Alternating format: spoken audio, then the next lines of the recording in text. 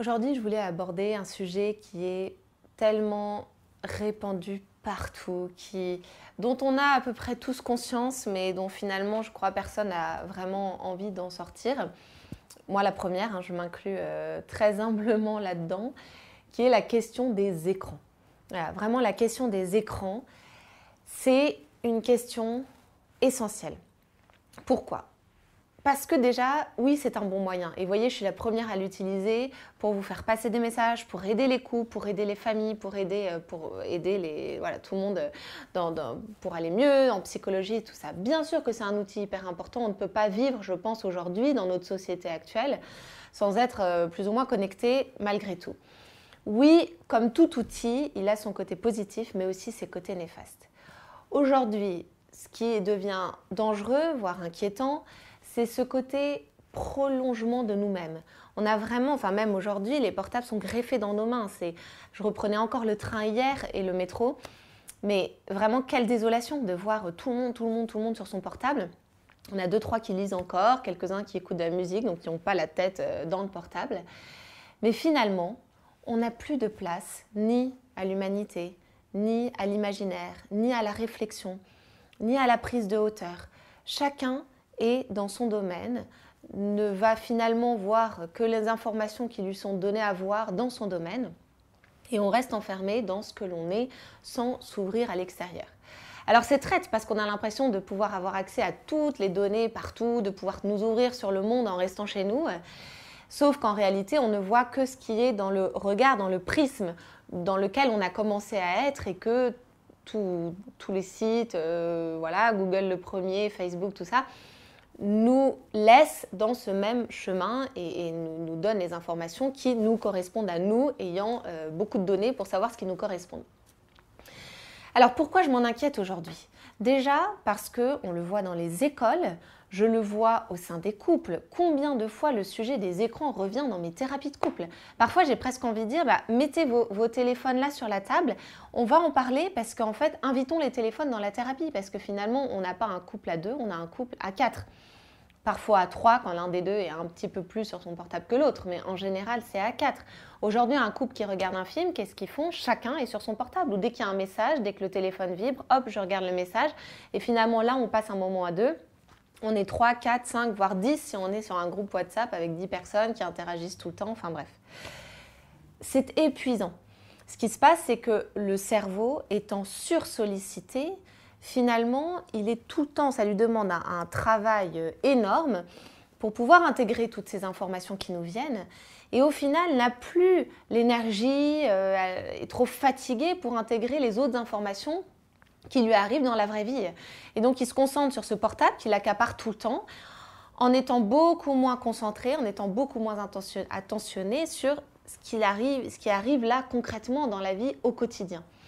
On le voit avec, ça peut créer des conflits entre des parents et des enfants, parce que finalement avec le portable, il y a de la fatigue, et donc il n'y a plus l'énergie d'intégrer toutes les informations que les enfants nous font vivre au quotidien.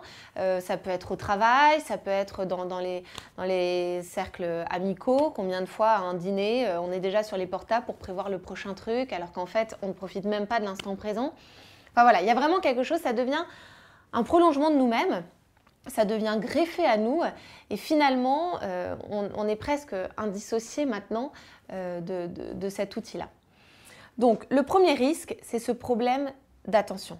En fait, vraiment, on se fatigue l'esprit et on n'est plus du tout disponible à ce qui nous arrive. On n'est plus disponible du tout. On n'a plus l'énergie pour rêver, pour arriver à discerner ce qui est écrit là dans les commentaires d'une vidéo entre celui qui est un peu spécialisé, qui va donner un avis éclairé, intéressant, et celui qui parle juste avec ses sentiments, émotions, mais qui n'a aucune notion sur ce sujet-là. Et en fait, on ne connaît pas les personnes qui interagissent. Donc, on ne va pas savoir celui dont l'avis est intéressant parce que c'est appuyé, parce qu'il y a de vrais fondements derrière, et celui dont c'est juste un avis comme ça, dit 2 secondes, et puis après, il va sur un autre site. Vous voyez, on ne peut plus avoir suffisamment de recul pour avoir un avis sur ce que l'on voit. Notre cerveau est formaté par ce qu'on lit, on n'arrive plus à prendre le recul aussi de savoir si on est d'accord, s'il n'y aurait pas d'autres avis, comment écouter autrement, voir autrement. On n'a plus la capacité de réfléchir en fait, vous voyez. Donc ça, c'est voilà, le premier problème. Et ce problème d'attention, je le vois. Pourquoi je vous en parle? C'est parce que je le vois dans mes thérapies au quotidien. Même parfois, c'est incroyable. Pendant les séances de thérapie, où le couple ou la personne vient quand même pour être aidé, pour être attentionné, dès que le téléphone vibre, hop, je le prends, bah, désolé, c'est le boulot, machin. Bon. En fait, c'est envahissant tout le temps, quoi. Et donc, on perd le fil du truc, on perd le sujet, et voilà. Et après, on perd du temps au final, on perd beaucoup de temps. La deuxième chose, et ça, c'est tout en lien avec toutes les addictions, c'est que ce portable, déjà, fait écho au besoin le plus profond qui est à la source des addictions dans la majorité des cas, c'est au besoin d'exister. Voilà, on a besoin d'exister. Et qu'est-ce que l'on voit aujourd'hui et pourquoi tous ces réseaux sociaux sont devenus des addictions? C'est parce qu'on existe à travers ces réseaux sociaux. On a tout le temps de la reconnaissance. Il y a une addiction à ça, hein, à raconter sa vie, à raconter. Notre vie a de l'intérêt parce que je l'expose, parce que je la montre, parce que je vais interagir. Donc j'existe puisque j'interagis à une vidéo et on va me répondre.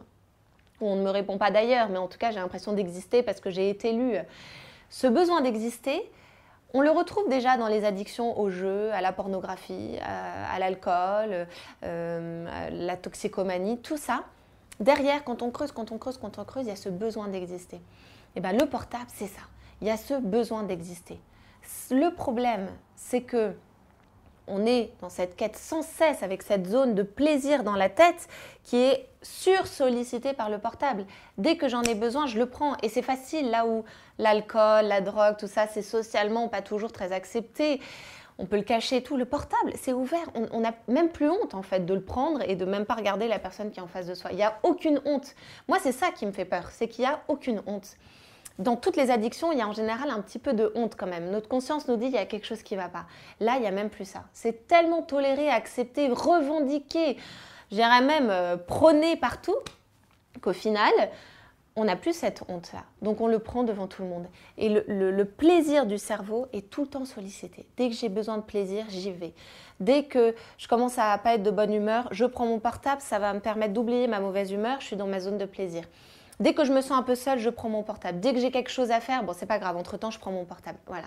Et en fait, ça devient, c'est en ça où ça devient, il est greffé en nous, c'est que ça devient notre, j'allais dire notre animal de compagnie, mais encore plus qu'un animal de compagnie. C'est presque c'est un double de nous-mêmes, en fait, qui nous accompagne tout le temps, mais qui, lui, nous renvoie toujours du plaisir. Et c'est en ça où c'est important de faire attention parce qu'on n'arrive plus après, on se retrouve dans des vies réelles qui paraissent fades, qui ont beaucoup moins de saveur. Quand je m'ennuie, je me dis que c'est pas normal.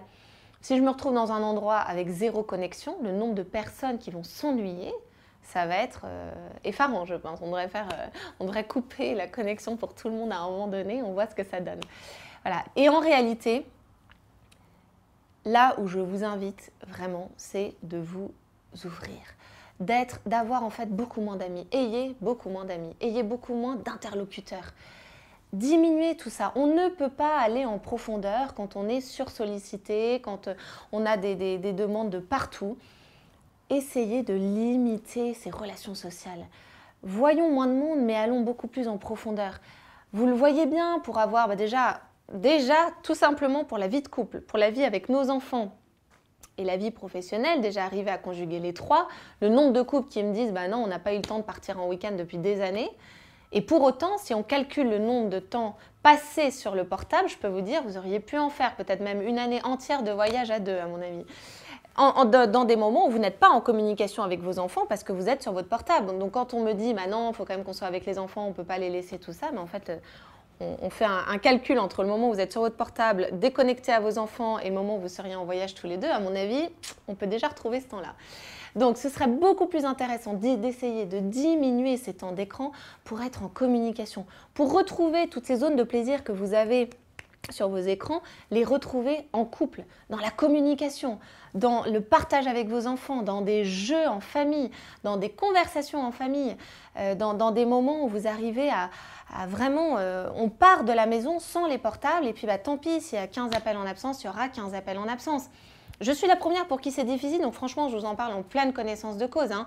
Quand j'essaye de le laisser de 16h à 19h30, en gros, quand je suis avec mes enfants, je peux vous dire qu'après, je reprends mon portable et c'est presque anxiogène de voir toutes les sollicitations que j'ai pu avoir et auxquelles je m'oblige à répondre. Et en fait, c'est là la question, à quel point il faut y répondre tout de suite? Est-ce que je suis vraiment obligée d'y répondre? Bah, tant pis, la copine qui m'a appelé 10 fois parce qu'elle avait besoin, eh ben, elle ira voir sa voisine qui est à côté d'elle et sans forcément chercher une copine sur le portable, quoi. Voilà. Donc, il y a plein de choses à remettre en question. Et vraiment, je vous promets qu'on gagnerait en profondeur, qu'on gagnerait en plaisir dans la relation. Que tous ces moments de routine, tout ça, mais en fait, à quel point c'est devenu routinier, ces portables, ces écrans, la télévision, les films, les séries, tout ça. Oui, il y a un peu de plaisir, c'est toujours pareil, c'est un équilibre. Je ne vous dis pas de vous couper totalement de votre portable, je suis la première à être trop contente de regarder une série de temps en temps. Mais il ne faut pas que ce soit quelque chose d'habituel qui en fait vous coupe de tout ce qui est autour de vous. Donc vraiment, je vous invite à calculer, aujourd'hui on le voit très bien, on arrive à voir le temps sur les écrans. Alors, c'est un peu traître parce qu'il y a le temps de travail et le temps, voilà, on n'est pas que sur nos écrans pour ça, il y a aussi du travail souvent pour beaucoup. Mais d'essayer de regarder ce temps fait sur les écrans, essayez d'enlever, allez, je ne sais pas, j'allais dire un quart, c'est peut-être beaucoup, mais voilà, faites un pourcentage, voyez, pour essayer de voir les moments où en fait vous êtes sur votre écran mais vous n'en avez pas besoin. Essayez de reprendre un livre à la place. Voyez, vous, un peu comme un traitement avec l'addiction. Hein. Là, au moment où vous avez envie, là, vous avez besoin d'exister, ça va pas, vous ennuyez. Je dirais même, vous êtes aux toilettes. Vous voyez, aux toilettes. je reprends cet exemple-là parce que tout le monde y va avec son portable maintenant. Eh bien, essayez de réfléchir. Ne prenez pas votre portable et réfléchissez. Essayez de vous poser des questions. Bah tiens, un tel, ça fait longtemps que je ne l'ai pas appelé. Tel cousin, tel ami. Voyez, essayez de voir comment vous pouvez réduire sur une journée, essayez de vous prendre déjà, je ne sais pas, 5 minutes, 10 minutes où vous ne prenez pas votre portable. Ou vous dire, dès que je vais aux toilettes, je ne prends pas mon portable. Vous voyez, quelque chose de très concret pour essayer de diminuer un maximum, de vous dire, le soir, quand je monte dans ma chambre, j'achète un réveil et je n'ai pas mon portable avec moi. Voilà, chacun trouvera quelque chose qui lui correspondra. Et essayez de faire de ce moment non pas simplement un vide qui va être dur, mais de le remplir de quelque chose d'intéressant. Voilà, que ce vide soit rempli non pas par une addiction du plaisir, mais par quelque chose d'intéressant, qui vous ouvre à l'autre, qui vous permet une lecture. Mettez-vous un beau bouquin à côté des toilettes, vous allez voir, ça va être très intéressant. Une lecture, de la réflexion, de l'imagination. Imaginez-vous des choses, c'est hyper important. Et voilà, vraiment pensez à ça, que ça va beaucoup aider sur ce problème d'attention et ça va vous permettre de redéfinir aussi, de diminuer cette zone de plaisir dont vous avez nourri votre cerveau et dont votre cerveau a de plus en plus besoin.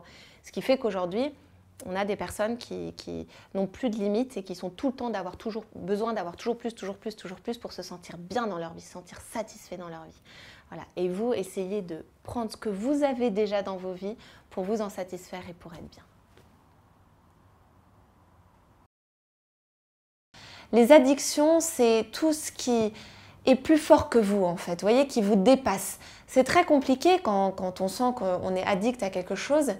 Déjà, parfois de s'en sortir seul, il y en a qui y arrivent et c'est un grand courage et je les félicite. Mais il y en a aussi qui n'y arrivent pas et pour autant, il ne faut pas se déprimer par rapport à ça.